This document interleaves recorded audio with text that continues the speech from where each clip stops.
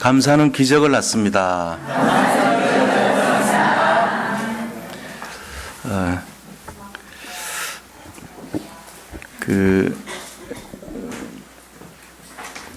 개미하고 코끼리가 사랑에 빠졌습니다.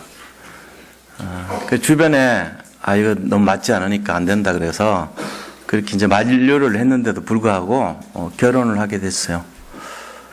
그런데 코끼리가 결혼 생활 하다가 조금 지났는데 사고를 당해서 죽었습니다. 개미가 너무 서럽게 우는 거예요. 그래서 주변에서 위로를 많이 하죠. 아유, 괜찮아, 걱정하지 마, 좋아질 거야 그러면서. 개미가 뭐라 그러냐면은 괜찮긴 뭐가 괜찮어, 이걸 언제 다 묻어 그러더래요. 죽을 때까지 묻어야 되겠죠. 우리가 살다 보면 여러 가지 어려움이 올 때가 있어요. 그래서 감당을 못할 정도로 힘들기도 하고 정말 사방의 우겨쌈을 당해서 이거를 어떻게 해결을 해야 되나 하는 그런 고민을 하기도 합니다. 근데 하나님 자녀는 이럴 때 분명히 말씀을 가지고 그 어려움을 이겨내야 될 줄로 믿습니다. 말씀 붙잡고 힘을 얻어야 됩니다. 이게 하나님 자녀의 방법이에요. 성경은 계속해서 우리에게 감사하라고 말씀하고 있습니다. 그 말씀 중에서도 감사를 자꾸 하래요. 지금 현실은 감사할 지금 입장이 안 되는데 계속 감사하라는 거예요. 나중에 보니까 감사할 이유가 있었구나 하는 것을 알게 되죠. 오늘은 특별히 추수감사주일입니다. 그래서 하나님께 감사의 영광을 돌리는 그런 날입니다. 추수감사절은 원래 구약시대 때 신명기 16장 1절에서 17절을 보면은 이스라엘 백성이 그곳 가나안에서 정착을 하면서 씨앗을 뿌려서 이제 열매를 맺고 첫 수확을 얻은 그 감사의 마음을 가지고 하나님께 예물을 드리면서 하나님께 감사한 마음을 가졌던 날을 기념해서 추수감사절이라 그렇게 하는 거예요. 하나님께서는 그 중에서도 특별히 이 기념일을 세 가지를 주셨는데 세 절기를 지키라 그렇게 말합니다. 이 세 절기를 보니까 이제 첫 번째는 유월절이라는 절기를 주셨고, 두 번째는 이제 오순절, 그다음 세 번째는 수장절이라는 절기를 지키라고 그렇게 말씀을 하십니다. 그런데 그 중에서도 이 수장절이 바로 우리가 말하는 추수감사 절기에 해당되는 그런 절기예요. 우리는 1년에 한 번씩 이 추수감사절을 지키는데 이 의미가 뭐냐면 주상곡식을 창고에 들여서 하나님께 감사의 영광을 돌리는 날이다 하는 그런 의미가 있습니다. 그래서 우리가 예물을 가지고 나와서 하나님 주신 은혜를 감사하면서 예배를 드리는 것이에요. 그게 추수감사절이에요. 우리가 광야 40년길을 인도하시고 계신 그 하나님, 또 5년 동안 가나안에 들어가서 전쟁 통해서도 우리와 항상 함께 하시고 우리를 지키시는 그 하나님을 찬양하면서 곡식 가운데 추수한 열매를 주시는 하나님께 영광을 돌렸던 날이 바로 추수감사주일인 것입니다. 데살로니가전서 5장 18절에도 범사에 감사하라고 말씀을 하고 계세요. 또 오늘 본문에 나오는 이 로마서 8장 28절 말씀에서도 우리가 알거니와 하나님께서 하나님을 사랑하는 자, 곧 그의 뜻대로 부르심을 입은 자들에게는 모든 것이 합력하여 선을 이룬다. 그렇게 말씀하셨습니다. 하나님께서 부르심을 입은 자에게는 모든 것이 합력하여 선을 이루기 때문에 우리가 하나님께 감사해야 되는 거예요. 우리가 감사치 못할 이유는 하나도 없는 거예요. 그래서 예수 믿는 하나님 자녀들은요, 지금 벌어지는 어떤 일도 감사의 이유가 된다는 것을 믿으시기 바랍니다. 그래서 하나님께 감사를 드리고 감사로서 힘을 얻고 감사하심으로 축복이 돌아오고 기적이 나타나는 것을 실제적으로 누리는 인생들이 다 되시기를 축복합니다. 그거 하셔야 돼요. 하나님은 우리에게 어떤 일들도 우연은 없습니다. 하나님은 필연입니다. 모든 게. 아니 내가 입원하는 것도 필연입니까? 내가 죽고 사는 것이 필연입니까? 내가 감옥에 가는 것도 필연입니까? 내가 정말로 암이 걸린 것도 필연입니까? 심지어는 내가 부도난 것이 필연입니까? 그래요, 필연이에요. 그럼 내가 왕따 당한 것이 필연입니까? 내가 발령한 것이 필연이란 말입니까? 내가 노예된 것이 필연이라고요? 내가 말이죠, 이유도 없이 모함받아서 감옥 가는 게 필연이라고요? 내가 만난 저 사람이 나를 잊어먹고 2년 동안 나를 기억도 안 한 것이 필연이라고요? 그래요, 필연이에요. 지금 누구 얘기인지 알지 아시잖아요. 요셉 얘기하는 거예요, 제가 지금. 하나님은 필연이요. 우리는 우연이라 하지만. 우리는 왜 이런 어려운 일을 내가 겪어야 되냐고, 내가 뭘 잘못했냐고 하지만, 하나님은 네가 잘못한 것이 아니고 과정이야, 그거 것입니다. 그래서 우리가 범사에 뭘 하라고요? 감사하라고 그랬어요. 이거를 내가 이렇게 힘든 고난 속에 감사를 하라니요. 감사하시기 바랍니다. 감사하는 것이 중요한 거예요. 오늘 이 본문의 말씀은요, 범사와 모든 것에 감사하는 마음을 가지고 살라고 하시는 것입니다. 그 이유가 뭡니까? 하나님을 뜻대로 부르심을 입은 모든 자들에게는 모든 것이 합력하여 선을 이룰 것이기 때문에 그런 것입니다. 우리가 잘못됐다고 판단한 것은 내 기준이고, 하나님은 그렇지 않아요. 하나님은 최고의 것을 준비하시고 인도하시고 계신 것입니다. 지금도 마찬가지예요. 오늘 이 시간, 이 자리, 이 순간도 하나님은 가장 좋은 것으로 우리에게 주실 것을 믿으시기 바랍니다. 그걸 인도하고 계신 거예요. 내가 지금 어떤 힘든 일, 어려운 일, 정말 사방에 우겨싸움을 당했다 할지라도 그것이 나의 생각으로 되는 것이 아니에요. 하나님의 계획 속에 진행된다는 걸 믿으셔야 됩니다. 저는 이 교회를 올 때도 그랬습니다. 재작년 1월 달에 우리 장로님들 제가 잠깐 뵙자 그래서 모았어요. 왜 모였냐면요, 이제 앞으로 이 교회가 어떻게 이끌어 나가야 되고 어떻게 나가야 될지를 준비를 해야 되지 않겠습니까? 모인 거예요. 그래서 뭔가 좀 대책을 세우자고 해가지고 우리 김영희 장로님 중심으로 위원장을 세우고 교회 이전을 위한 준비를 하자 이렇게 결의를 했어요. 그게 2015년 1월 달 얘기입니다.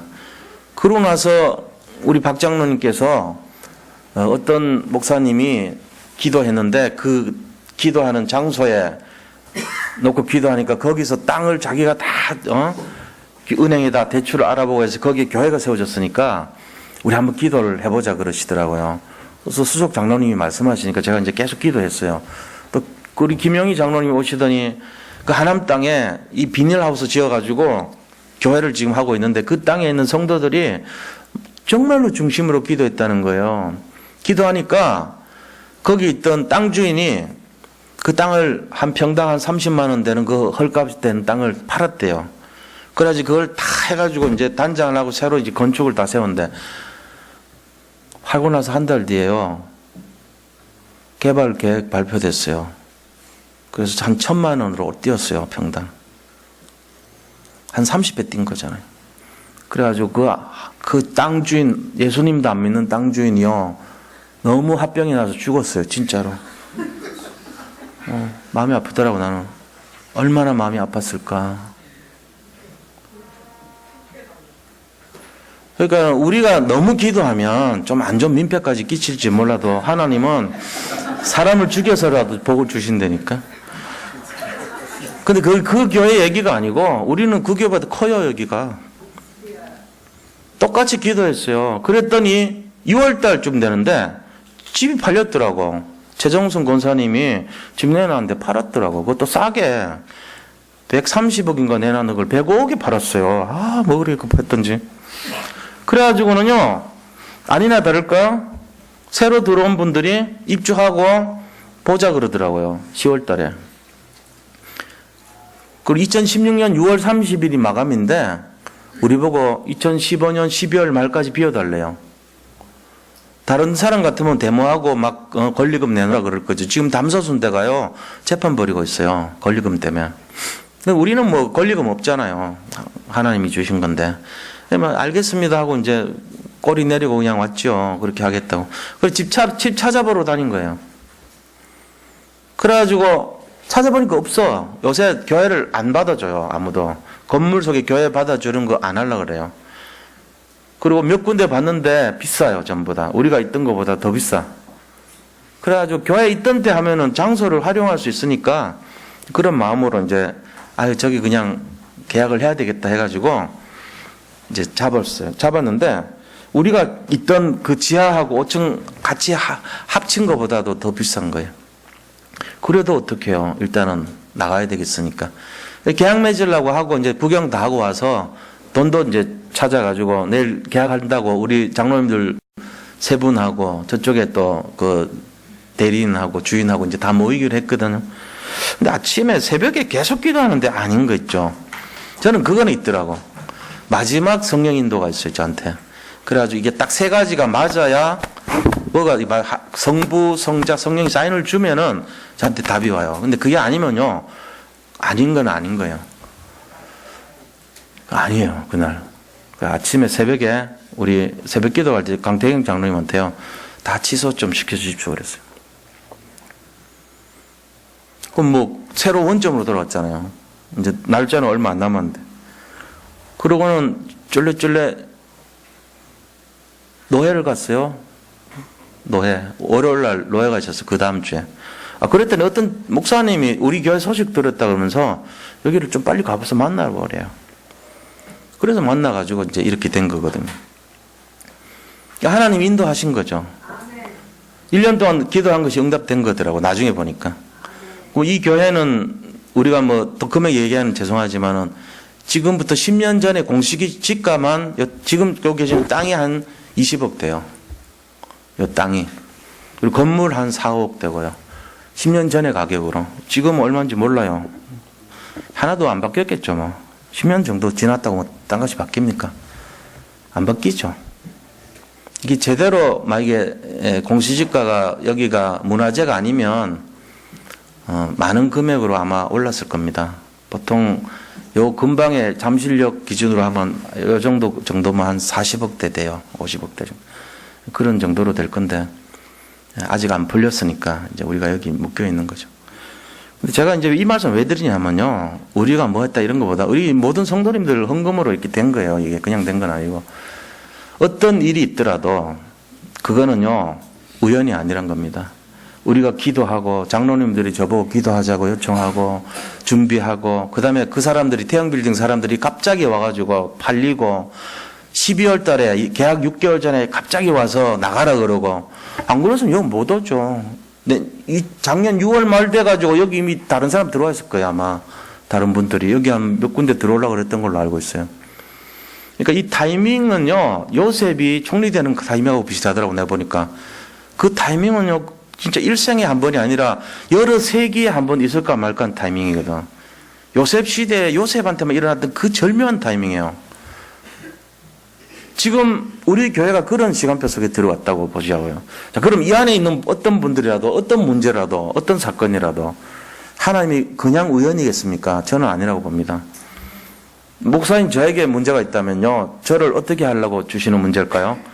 이 시대를 살릴 만한 그릇을 세우는 과정 아니겠습니까?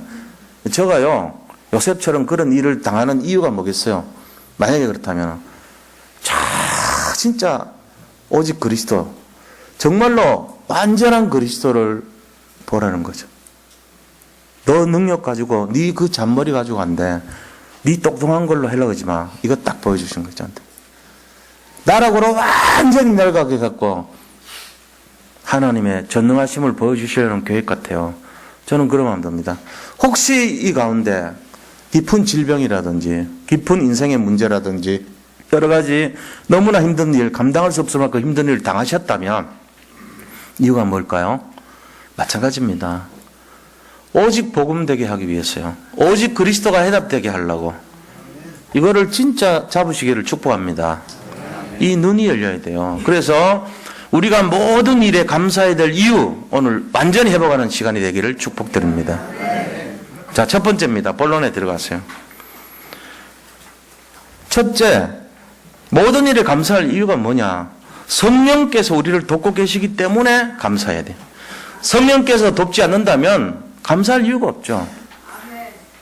하나님이 우리와 함께 하는데 누가 막을 거예요? 그렇죠? 하나님이 우리를 돕겠다는데 누가 방해할 겁니까? 아무것도 우리를 방해할 수가 없는 것입니다. 세상에서 지금 힘든 일 많이 일어나죠. 실제로 현장에서 많이 당하실 거예요. 그런데 교회까지 와서 힘 빠지는 그런 일 당하지 마세요. 여기서는 100% 힘만 얻고 가시기를 축복합니다. 힘 얻어 가셔야 돼요. 왜 힘 있는, 제가 여기서 심한 말 막, 어떨 때는 나무라는 듯이 막 독설을 내붙더라도 그거는 죽이려는 말이 아니에요, 절대로. 힘 얻으시라고 하는 거예요. 그것 때문에 그래요.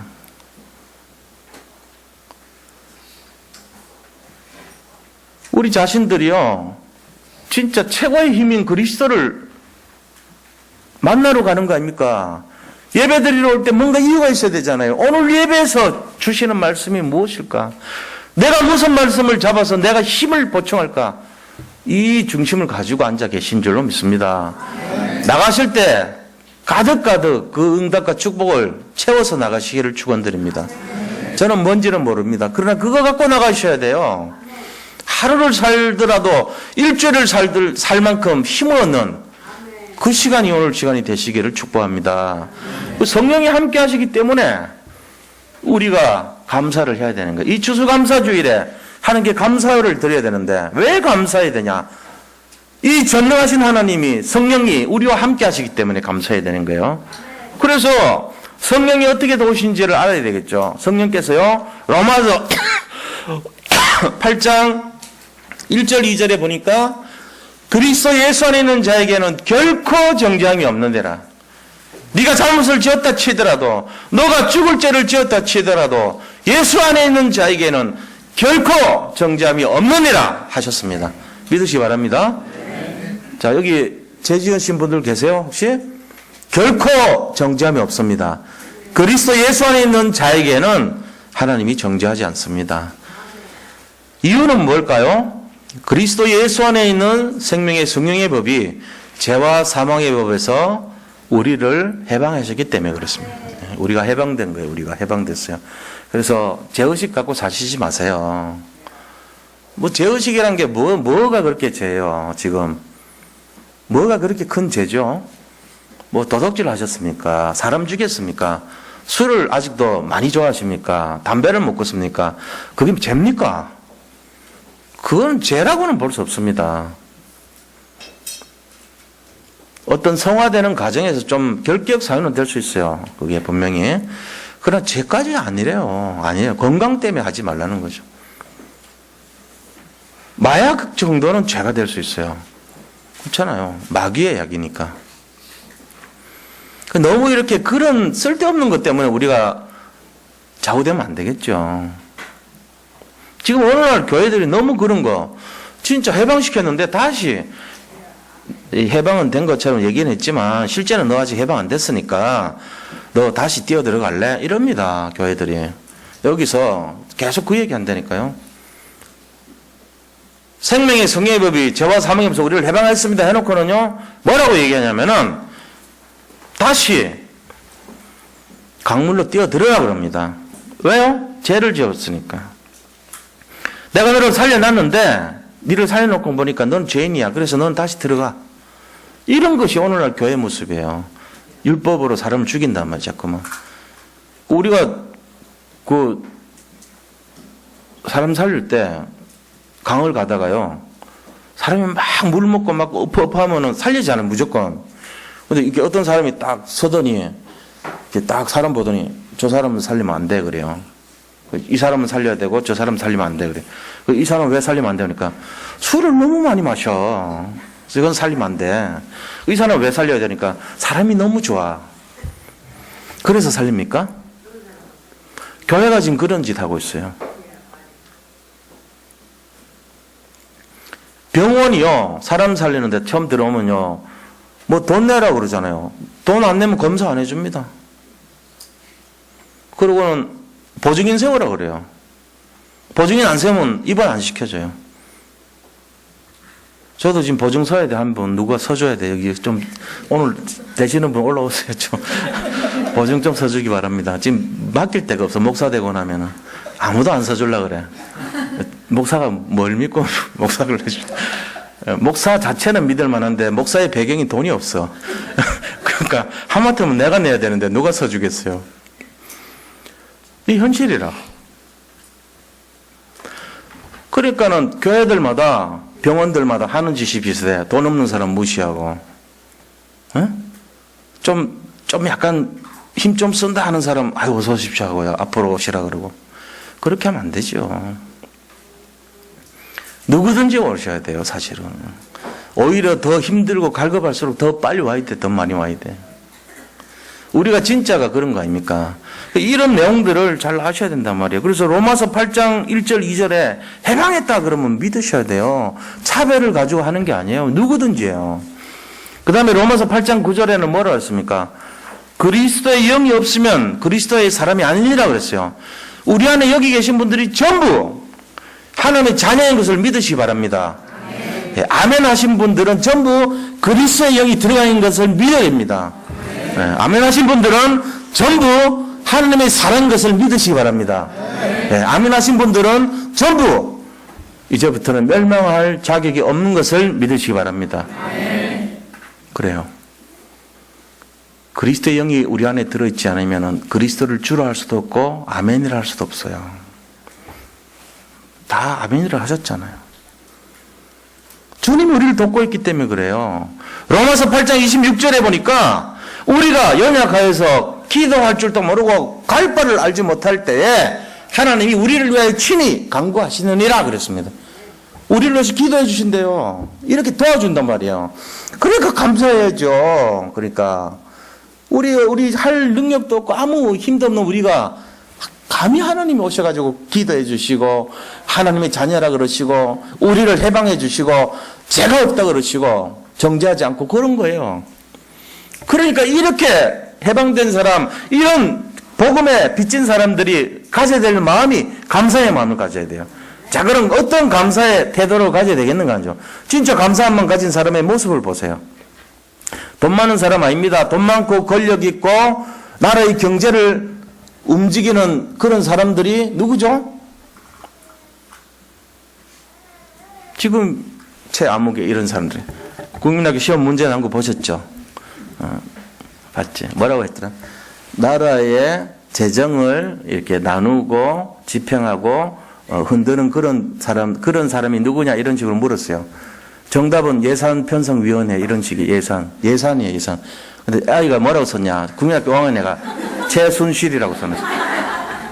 근데 선생님은 이런 X를 쳤어. 틀렸다고. 근데 모든 사람들이 이 아이가 진짜 똑똑한 아이다 이랬더라.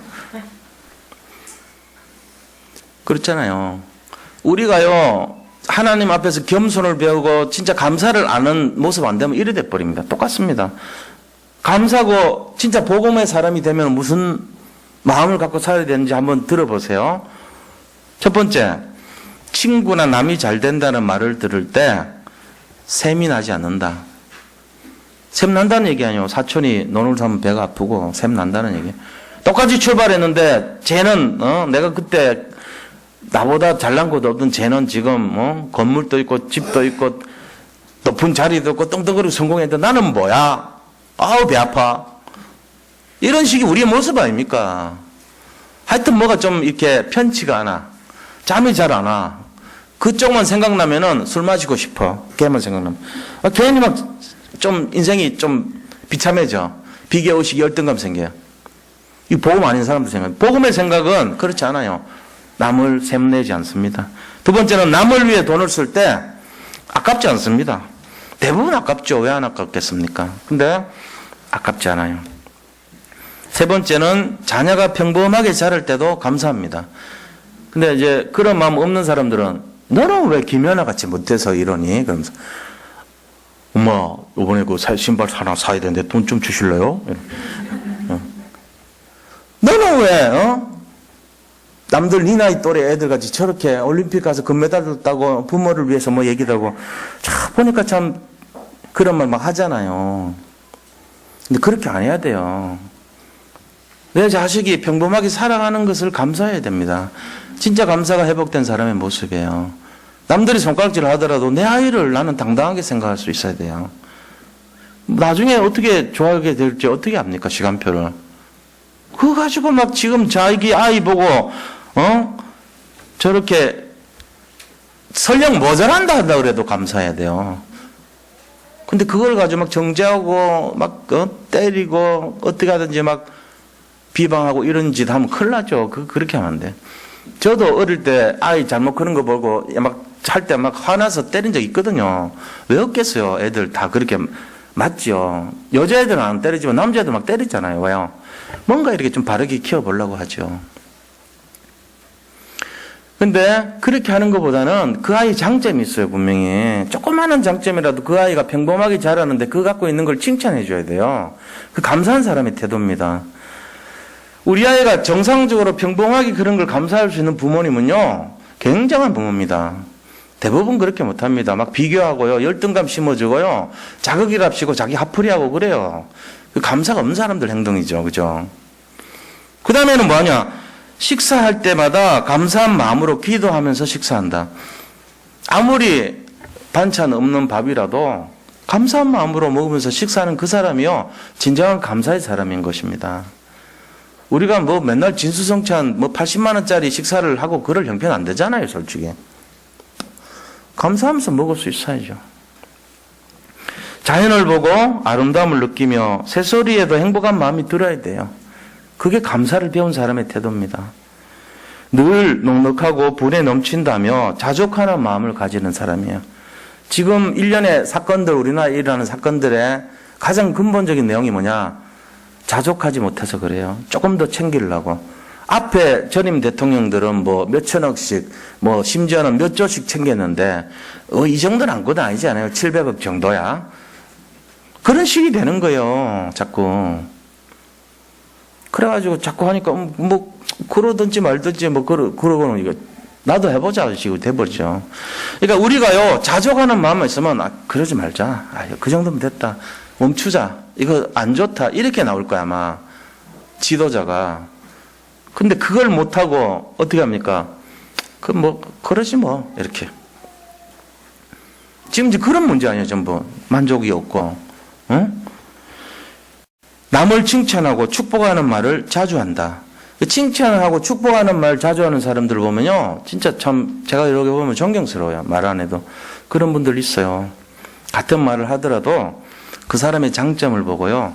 또, 조그만한 거지만 딱 보고 칭찬해 줍니다. 그 칭찬할 타이밍을 안 놓쳐요, 절대로. 멋있다, 잘한다, 정말 너가 최고야, 이러면서. 너의 그 중심이 너무 참 기특해, 잘해, 이런 칭찬을 해준단 말이에요, 진심으로. 그때 그 받는 힘이란 것은 상상을 못할 거 아닙니까? 근데 우리는 주로 뭐 합니까? 그런 거 안 하고. 정죄하고 판단하고 사람을 이렇게 보면은 욕하고 그러잖아요. 주로. 잔머리 쓰고. 이게 이제 복음 아니고 감사를 못 배운 거예요. 하나님이라고 우리에게 다가오셨다면 분명히 우리가 먼저 감사를 배웠을 것인데 마귀가 다가왔기 때문에 감사를 못 배운 거죠. 하나님께서 오셨다면 그렇게 살 수가 없어요. 남을 축복하고 감사하는 것부터 배워요. 이거 배워야 됩니다. 또 현재나 과거의 일에 대해서 후회하지 않습니다.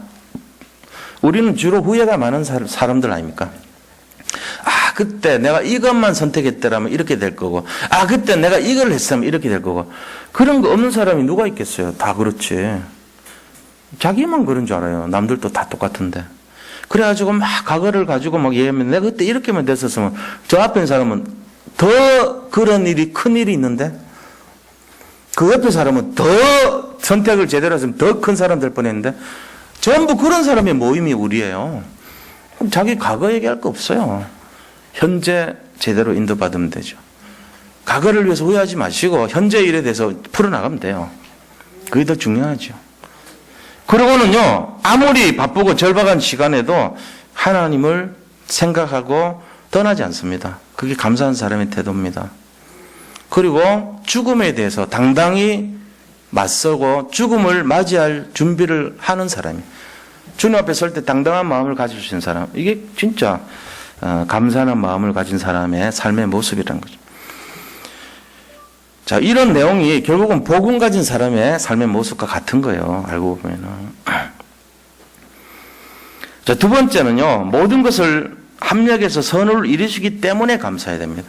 왜 감사해야 되냐? 모든 것을 합력해서, 모든 사건, 지금 안 되는 그 사건까지 포함해서 전부 합해서 하나님은 선을 이루시기 때문에. 그러니까 잘못됐는데 분명히 나중에 보니까 그것 때문에 내가 축복받게 돼요. 이상하게. 노예로 팔려갔어요. 막 감옥 갔어요. 형들한테 왕따 당해가지고 팔려나간 거예요. 그것 때문에 만남의 축복 통해가지고 바로 앞에 서게 되고, 그것 때문에 총리가 되잖아요. 그 사건 중에 하나라도 안 일어나면은 안 되는 거예요. 필연적인 사실, 우연이 없어요. 하나님은 필연이에요, 전부 다. 우리는 우연이라고 그래요. 우연이 일어났겠지. 아니면 우연 없습니다. 그러니까 뭐 해야 됩니까? 우연을 통해서 감사를 배워야 됩니다. 지금 여기 오시다가 혹시 걸려 넘어진 분들 계십니까? 감사하시기 바랍니다. 넘어지게 있어서 감사합니다. 왜 넘어지게 했는지는 모르겠죠. 아무리 급하더라도 조급하지 말라는 사인을 우리한테 가르쳐 주려고 했는지 뭔지는 모르겠어요. 그런데 이유는 있어요. 감사하셔야 돼요. 이거를 찾아야 되는 거예요. 다 이유가 있으니까. 그래서 로마서 8장 28절에는 모든 것이 합력하여 선을 이루신다 그랬어요. 모든 것이 합력하여.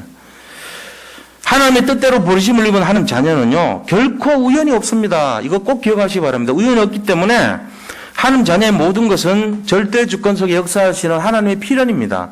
그걸 반드시 해야 되는 거예요. 그러므로 범사에 감사한 마음으로 살아야 되는 것입니다. 감사하시기 바랍니다.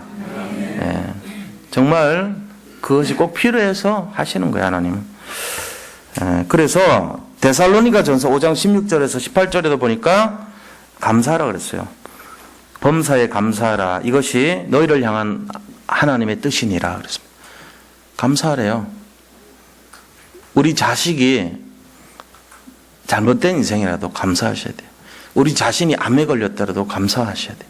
우리가 부도를 맞았더라도 감사하셔야 돼요. 우리가 심한 일, 어려운 일, 힘든 일을 당했더라도 감사하셔야 됩니다. 왜요? 범사에 감사하라 했기 때문에. 모든 일이 선을 이루기 때문에요. 이거 쉽지 않아요. 그래서 설교하는 거예요. 쉽지 않기 때문에 설교하는 거예요. 쉬우면 왜 설교하겠습니까, 제가? 쉽지 않기 때문에 설교로 말씀을 나눠서 푸는 거예요. 왜요? 범사에 감사 안 해요, 우리는. 좋은 일은 감사해도 굳은 일은 싫어해요. 불평해, 원망해요. 마귀한테 미혹당해서 속아요. 언제 예수 믿었느냐 것처럼 팽개쳐버려요. 그래서 제가 말씀드리는 거예요. 범사에 감사하시기 바랍니다. 모든 일에 감사하시기 바랍니다. 우리에게는 우연이 없습니다. 하나님 입장에서는 반드시 있어야 될, 일어나야 될 필연인 것을 믿으시기 바랍니다. 그 일이 있어야 될 이유가 있는 거라는 얘기예요. 그래서 감사하셔야 돼요. 내가 손해봤습니까? 감사하시기 바랍니다. 내가 힘든 일 당했습니까? 감사하시기 바랍니다. 지금도 어려운 일 속했습니까? 감사하시기 바랍니다. 정말로 이것 때문에 하나님이 우리에게 말씀으로 주시는 거예요. 성경 말씀은 이해를 못하는 게 너무 많아요. 이거 어떻게 감사하란 말이냐? 아이가 가다 죽었는데 어떻게 감사합니까, 하나님? 감사하셔야 돼요. 우리 집에 불이 났는데 뭐 어떻게 감사합니까? 감사하셔야 돼요. 시카고에 화재가 나가지고 무디 목사님의 그 교회가 불이 났어요. 그 잿더미 위에서 무디가 감사했어요. 하나님이 더 큰 교회를 주실 것이다 그래서. 그리고는 그날로부터 이 가수 한 명 데리고 영국에 복음 전하러 가가지고 1년 동안 계속 순회하고 돌아왔는데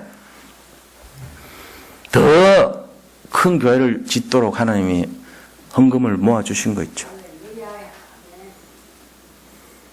그러니까 우리가요, 지금 당하는 문제 때문에 거기 걸려가지고 있으면요, 끝이 없습니다. 마귀는 그거를 계속 파고 2막장, 또 3막장, 4막장 계속 진행합니다.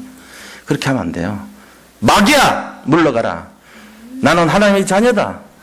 나는 복음을 갖고 있다. 그러므로 너는 가라. 나는 모든 문제가 끝났으니까 나한테 더 오지 마. 선포하시기 바랍니다. 마귀의 괴계를 무너뜨리시기를 바랍니다. 우리는 그거 꺾을 만한 힘을 갖고 있어요. 거기 넘어가면 안 돼요. 다 끝났기 때문에. 그래서 데살로니가 전서뿐만 아니라 골로새서 2장 6절 7절에도 보니까 믿음에 굳게 서서 감사함을 넘치게 하라 그랬습니다. 골로새서 3장 7절에도 보니까 무엇을 하든지 말에나 일에나 주 예수의 이름으로 하고 그를 힘입어 하느님 아버지께 감사하라 그랬습니다. 감사하시기를 바랍니다. 자, 세 번째, 감사하면 어떤 축복이 올까요? 그럼 이거 알면 되죠. 합력하여 선을 이룬다 그랬어요. 선이란 것은 지극히 가장 좋은 것, 최고의 것, 이런 것을 말합니다. 복음 때문에 얻을 수 있는 최고의 응답을 선이라고 표현한 거예요. 그래서 이 선 때문에 결국은 현장을 살리게 됩니다. 생명을 살리게 되는 것입니다. 우리가 감사하면 선을 이루게 되고 생명이 살아납니다. 그 다음에 말씀이 성취됩니다. 이 세 가지 축복이 와요. 선을 이루시고 생명이 살아나고 말씀이 성취된다. 그렇기 때문에 감사해야 돼요. 말씀이 어떻게 성취됩니까? 요셉처럼 성취돼요. 다윗처럼 성취돼요. 합력해서 선을 이뤄요. 우리는 모릅니다. 우리가 어떻게 이겨올 줄 알았겠습니까? 재작년만 해도. 그때 분명히 장로님들께 제가 얘기했잖아요. 이건 빨리 준비해야 됩니다. 얘기 드렸잖아요. 우리가 어떻게 여기 올 줄 알았습니까? 그날 솔직히 저뿐만 아니요. 제가 막았는데 화내신 장로님도 계세요. 당연하지. 왜 계약 맺자 그래놓고는 안 하려고 그러냐 말이지. 난 그 교회에 있었으면 지금요 끔찍했어요 솔직히. 하마터면 월세 800이었어요 거기가. 1년에 9,600만 원 나갑니다. 금년에 우리가 20% 지금 떨어졌어. 금액이. 만약에 저번에 그 교회를 옮겼다면 거의 1억에 가까운 돈 냈어야 되고 헌금은 거의 한 7천만 원 줄어들었고 그럼 빚이 어떻게 돼요? 1억 6천 빚 늘어나는 상태예요.